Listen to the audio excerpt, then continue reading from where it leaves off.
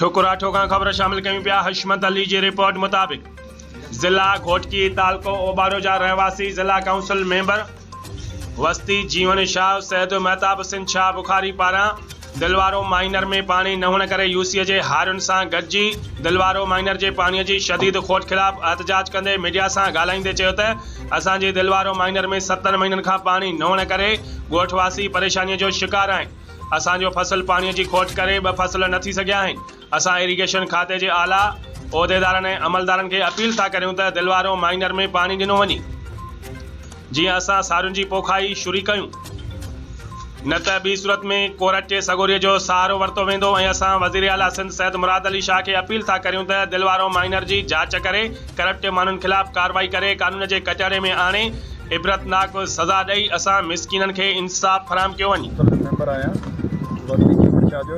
दिलवारो minor में पानी न आहे, बीटर में हेॾो सारो पाणी हले थो पियो।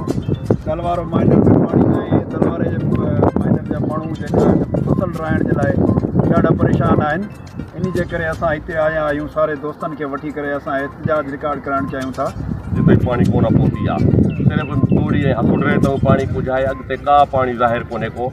अवाम परेशान आहे। असां फसल ईअं बि आहिनि जेको आहे टाइम ख़तमु थियो वञे पियो। तव्हां दलवारे में ॾिसो हाणे पानी छा लॻो पियो आहे। अगरि दुबारा असांजे एहतजाज ते कयो आहे त डायरेक्टर जे दफ़्तर जे अॻु असां एहतजाज कंदासीं। हितां जा जेका दरोगा आहिनि बेलदार आहिनि हिननि खे ख़ैरपुर मीरात में ट्रांसफ़र कयो वञे जीअं हिननि खे ख़बर लॻे त ग़रीबनि जो को ॿियो अचे अणवाक़ुफ़ माण्हू अचे जेको सहारो लधे। हे इलाइक़े जा माण्हू कॾहिं बि पाणी न ॾींदा, पैसा घुरनि था। चवनि था त तव्हांखे पैसा ॾींदासीं त असां पाणी ॾींदासीं, न त पाणी तव्हांखे ख़र्चो ॾियो असांखे, मोटरनि जो ख़र्चो, पेट्रोल जो ख़र्चो असां छा जा ॾियूं। तनख़्वाह वठनि था, ग़रीबनि खे छो बर्बादु करनि था।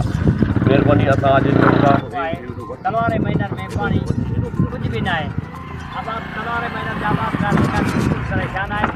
असांखे जेको आहे दिलवारे महीनर में पानी ॾिनो वञे ऐं ख़िलाफ़ कार्रवाई कई वञे।